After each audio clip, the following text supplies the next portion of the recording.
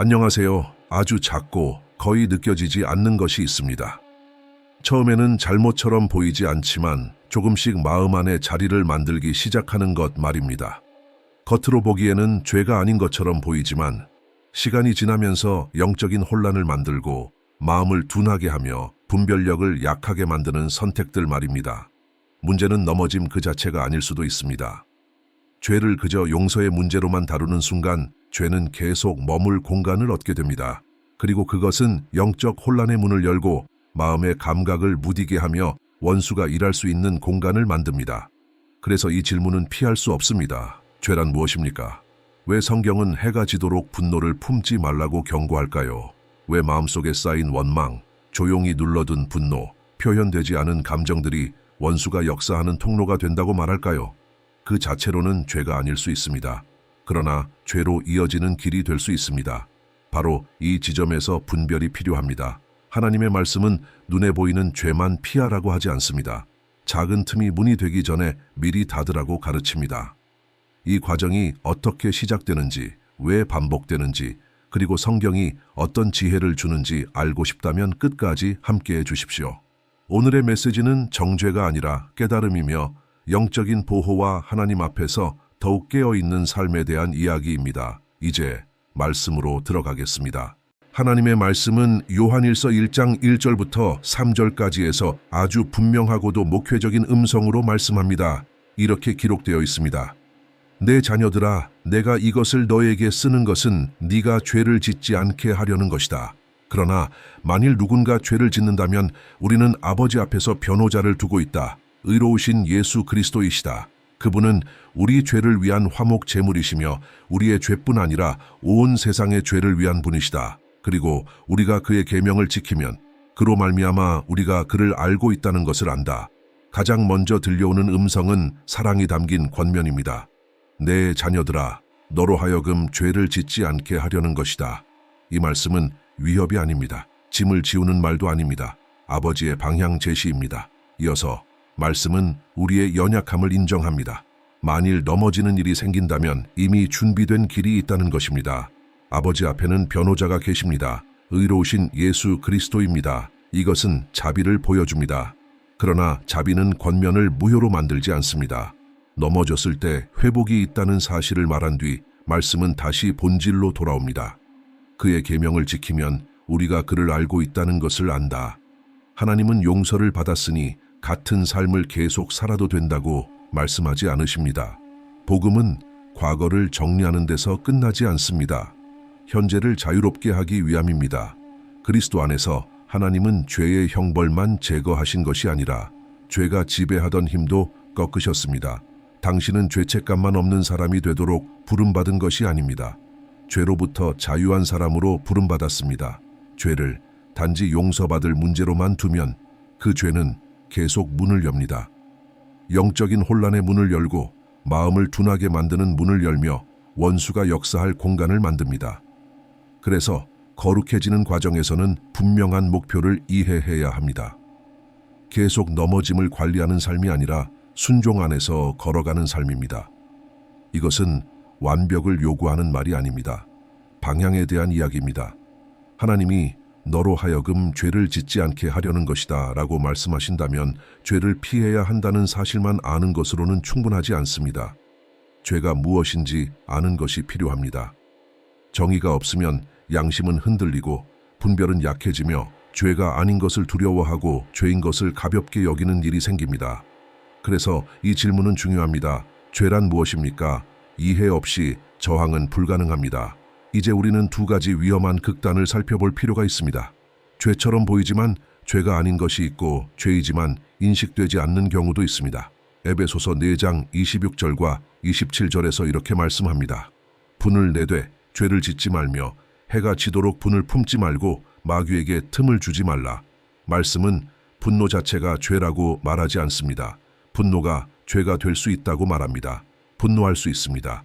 그러나 죄를 짓지 않을 수도 있습니다. 죄는 감정 그 자체보다 그 감정을 어떻게 다루는지에 있습니다. 그래서 경고가 이어집니다. 마음을 정리하지 않은 채 하루를 넘기지 말라는 것입니다.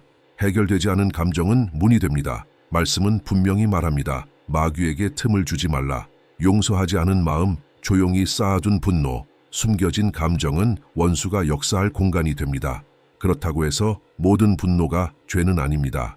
그러나 모든 분노는 반드시 다루어져야 합니다.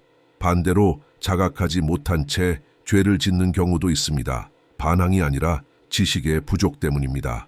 고린도전서 15장 34절에서 바울은 이렇게 말합니다. 마땅히 정신을 차리고 죄를 짓지 말라. 어떤 사람들은 하나님을 아는 지식이 없다. 그는 믿지 않는 사람들에게 말하는 것이 아닙니다. 교회 안에 있는 사람들에게 말하고 있습니다. 문제는 정보의 부재가 아니라 얕은 이해였습니다. 그 결과 절제 없는 삶이 나타났습니다. 하나님에 대한 이해가 약하면 도덕적 분별도 약해집니다. 그래서 바울은 말합니다. 죄를 멈추라고. 어떤 이들은 죄인 것을 괜찮다고 여겼고 어떤 이들은 죄가 아닌 것을 죄라고 여겼습니다. 그러므로 죄를 피하려면 전체 그림을 보아야 합니다. 말씀은 죄를 이해하기 위해 몇 가지 중요한 기준을 제시합니다. 그 첫 번째는 가장 기본적인 정의입니다. 요한일서 3장 4절은 말합니다. 죄를 짓는 자마다 율법을 어기는 것이니 죄는 곧 율법을 어기는 것입니다. 죄는 불순종입니다. 하나님의 명령을 어기는 것입니다. 그리고 이 불순종은 하나님의 계명과 관련되어 있습니다. 이 계명은 두 가지 서로 다른 차원에서 나타나며 이를 분별하지 못하면 양심은 느슨해지거나 오히려 묶이게 됩니다. 신명기 17장 19절에서 하나님은 미래의 이스라엘 왕에 대해 아주 중요한 말씀을 하십니다. 왕은 그 책을 곁에 두어야 하며 그 책을 평생 날마다 읽어야 한다고 하십니다. 앞절에서는 왕이 되는 자가 율법책의 사본을 만들어 매일 읽어야 한다고 분명히 말합니다. 주님은 이렇게 말씀하십니다. 그 책을 통해 하나님을 경외하는 법을 배우고 그 율법의 모든 말씀과 규례를 지켜 행하게 하려는 것입니다. 이 규례란 기록된 말씀을 말합니다. 하나님의 말씀, 곧 성경입니다. 성경은 믿음과 삶의 기준입니다. 당신의 신앙을 형성하고 순종의 경계를 정하며 하나님이 말씀하시는 가장 기본적인 통로입니다. 또한 다른 모든 생각과 음성을 분별하는 기준이 됩니다. 그러나 성경은 하나의 중요한 사실도 함께 보여줍니다. 하나님의 모든 명령이 글로 기록된 형태로만 주어진 것은 아니라는 점입니다. 하나님은 때때로 개인에게 직접 말씀하십니다. 에덴 동산에서 하나님이 아담에게 먹지 말라고 하신 나무의 명령은 책에 적힌 규칙이 아니었습니다. 개인적인 명령이었습니다. 성경 전체를 보면 하나님이 사람들에게 개별적인 지시를 주신 장면이 반복됩니다. 사무엘상 13장 14절에서 하나님은 사무엘을 보내 사울을 책망하십니다. 그의 왕국은 지속되지 않을 것이라고 하십니다. 그 이유는 분명합니다.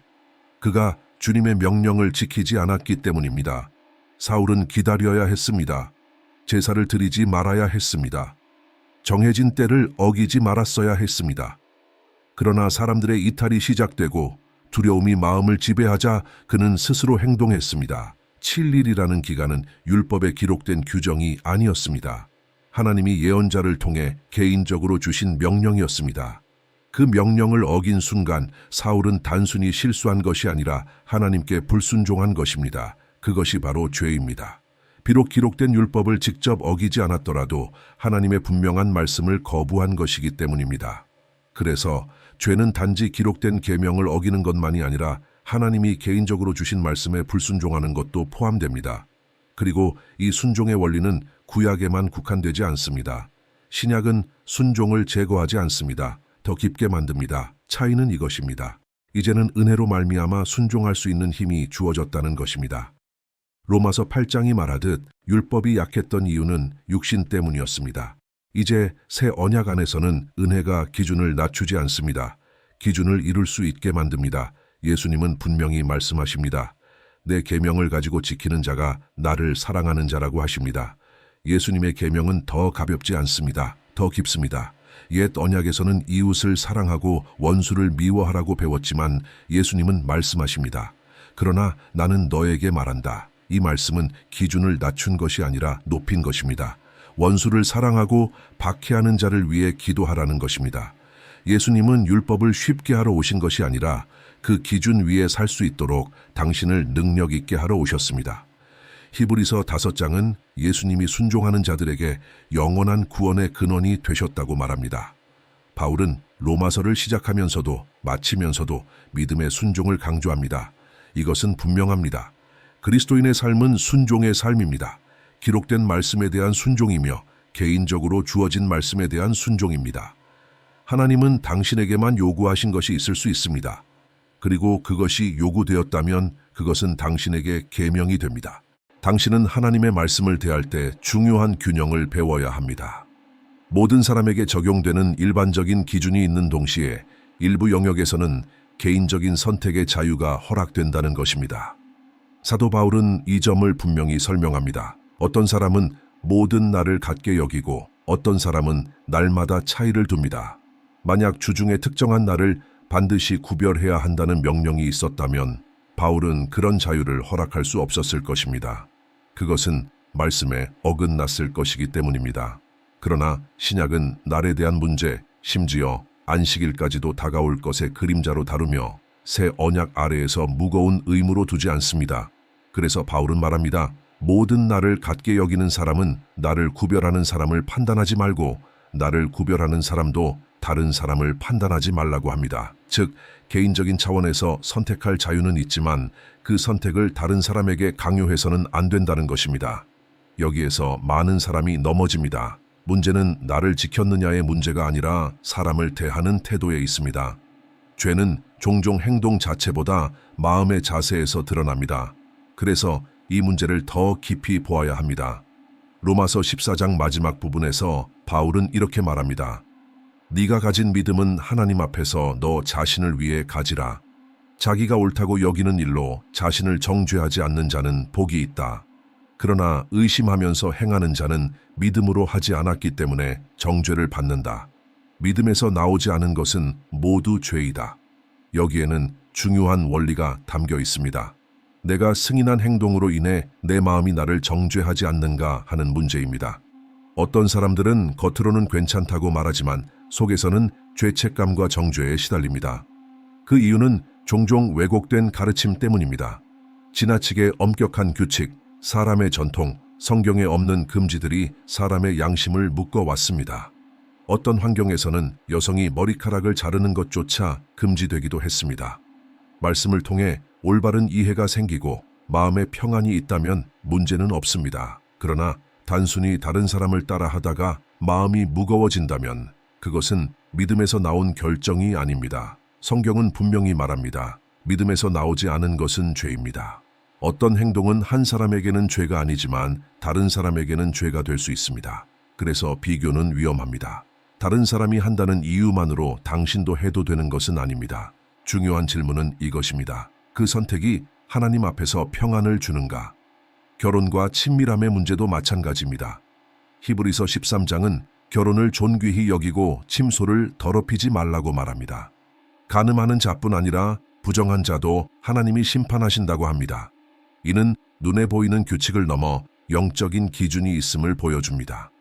모든 것이 자동으로 허용되는 것은 아닙니다. 믿음의 분량과 이해의 깊이가 중요합니다. 그래서 습관을 바꾸는 결정은 비교가 아니라 기도와 말씀에서 나와야 합니다. 이제 세 번째 기준으로 넘어갑니다. 우리는 이미 기록된 계명과 개인적인 계명, 믿음에서 나오지 않은 행동을 살펴보았습니다. 이제 사랑의 법칙을 보아야 합니다. 로마서 14장 13절부터 15절에서 바울은 말합니다. 서로 판단하지 말고 형제 앞에 걸림돌을 놓지 말라고 합니다. 그는 아무것도 본래 부정한 것이 없지만 부정하다고 여기는 사람에게는 부정하다고 말합니다. 이는 믿음의 문제입니다. 양심을 거스르는 행동은 죄가 됩니다. 그러나 바울은 한 걸음 더 나아갑니다. 당신의 행동으로 인해 형제가 마음 아파한다면 당신은 사랑 안에서 걷고 있지 않다고 말합니다. 이것이 사랑의 법칙입니다. 당신에게 자유가 있어도 그 자유로 다른 사람의 믿음을 짓밟는다면 그 순간 사랑은 깨지고 걸림돌이 생깁니다. 말씀은 매우 분명하게 말합니다. 당신의 행동 때문에 형제가 마음 아파한다면 당신은 더 이상 사랑 안에서 걷고 있지 않습니다. 자신에게는 옳다고 여겨지는 것을 끝까지 지키려다 다른 사람의 마음과 양심을 무시하게 되는 순간 가장 중요한 것을 잊은 것입니다. 더 큰 법이 있습니다. 예수님은 분명히 말씀하셨습니다. 서로 사랑하라는 새 계명을 주신다고 하셨습니다. 모든 것 위에 있는 것은 사랑입니다. 로마서 14장 18절에서 바울은 말합니다. 이러한 방식으로 그리스도를 섬기는 자는 하나님을 기쁘시게 하며 사람들에게도 인정받는다고 합니다. 20절에서는 다시 강조합니다.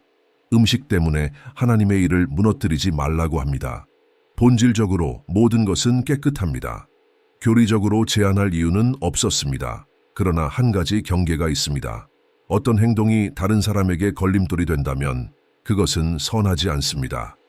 당신에게 자유가 있어도 믿음이 약한 사람 앞에서 그 자유를 주장하며 밀어붙인다면 그 사람을 상하게 하는 것입니다. 바울은 이렇게까지 말합니다. 내가 먹는 것으로 형제가 실족한다면 나는 다시는 먹지 않겠다고 합니다. 이것이 복음의 마음입니다. 권리를 내려놓고 사람을 살리는 것입니다. 그래서 어떤 경우에는 죄가 아닌 행동이라도 상황과 방식 때문에 죄가 될 수 있습니다.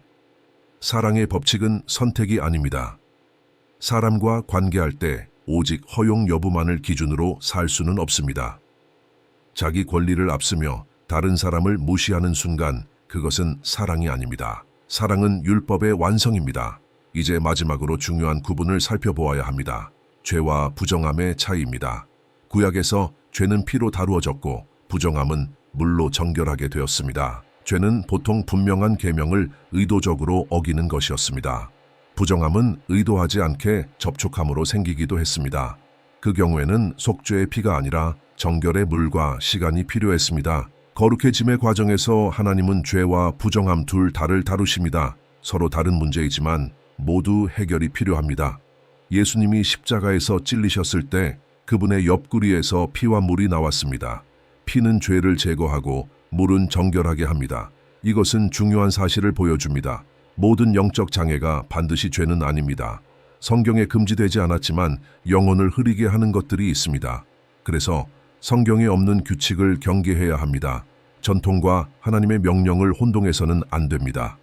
어떤 음악을 듣는 것이 죄인가 아닌가를 묻기 전에 더 중요한 질문이 있습니다.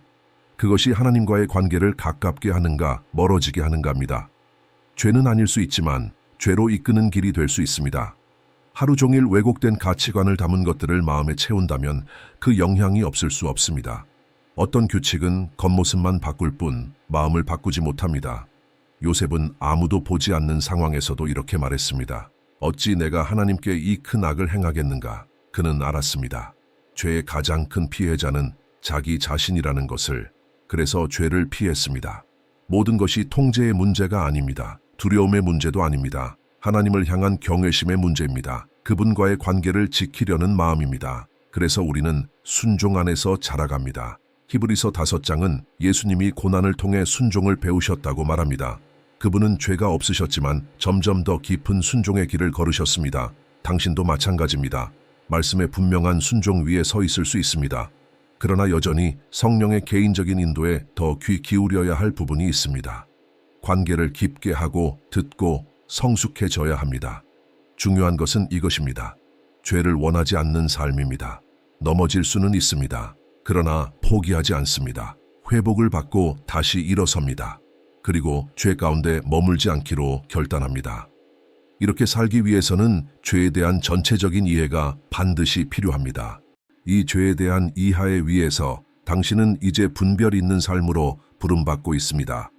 허용되는 것만을 기준으로 사는 삶이 아니라 하나님과의 관계를 세우는 삶입니다. 말씀에 따른 삶은 규칙의 나열이 아니라 사랑 안에서 순종하는 길입니다. 믿음으로 선택하고 필요할 때는 기꺼이 내려놓는 삶입니다. 기록된 계명을 지키고 성령의 개인적인 인도하심에 귀 기울이며 죄와 부정함이 열려고 하는 문을 분명히 인식하는 삶입니다. 그것은 다른 사람의 양심을 존중하고 자유를 주장하기보다 사랑을 선택하며 자신을 보호하는 삶입니다. 죄를 피하는 것뿐 아니라 마음을 흐리게 하고 하나님과의 친밀함을 약화시키는 것들까지 조심하는 삶입니다. 이렇게 살아갈 때 당신은 순종 안에서 자라고 인격이 성숙해지며 두려움이 아니라 사랑으로 아니라고 말할 수 있게 됩니다. 이 삶이 하나님을 기쁘시게 하고 당신의 마음을 지키며 하나님께 더 가까이 나아가게 합니다. 이 말씀이 마음에 닿았다면 지금 한 걸음을 내딛도록 초대하고 싶습니다. 아주 단순하지만 영적으로는 매우 중요한 걸음입니다. 기도를 받기를 권합니다. 의식이 아니라 하나님과의 실제적인 만남으로 말입니다. 주님, 이 사람을 지금 찾아와 주십시오. 마음의 상태를 아시고 말하지 못한 고민과 주님을 기쁘시게 살고자 하는 소원을 아십니다. 주의 말씀이 발에 등불이 되고 길에 빛이 된다고 하신 것처럼 혼란 가운데에는 분별을 주시고 지친 곳에는 힘을 더하시며 의심이 있던 자리에 확신을 허락해 주십시오. 죄가 열어놓았던 문들을 닫아주시고 상처받은 마음을 치유하시며 진리로 마음을 정결하게 하시고 생각을 새롭게 하여 주십시오. 아직 주님께 마음을 드린 적이 없다면 지금 이 순간 예수님을 유일하고 영원한 구주로 받아들이게 하십시오. 이미 믿음을 고백한 적이 있다면 지금 다시 새롭게 하여 주십시오. 사랑을 회복하게 하시고 열정을 되살리시며 날마다 주님께 더 가까이 나아가게 하십시오. 사랑에서 나오는 순종이 있게 하시고 성령의 인도하심으로 자유를 사용하게 하시며 주의 임재로 삶이 변화되게 하십시오. 이 사람을 받아주십시오, 주님. 앞으로의 걸음을 인도하시고 은혜로 붙들어 주십시오. 아멘. 이 말씀이 분별을 돕고 마음을 깨우고 하나님을 더 깊이 알게 했다면 채널 구독을 고려해 주시기 바랍니다. 이 작은 행동이 이 말씀이 더 많은 사람에게 전해지도록 돕고 하나님의 말씀의 흐름을 이어가게 합니다. 마음이 움직인다면 오늘 메시지 가운데 가장 마음에 남았던 부분을 댓글로 나누어 주십시오. 당신의 글이 누군가에게는 위로가 되고 누군가에게는 깨달음이 되어 새로운 생명을 살리는 도구가 될 수 있습니다.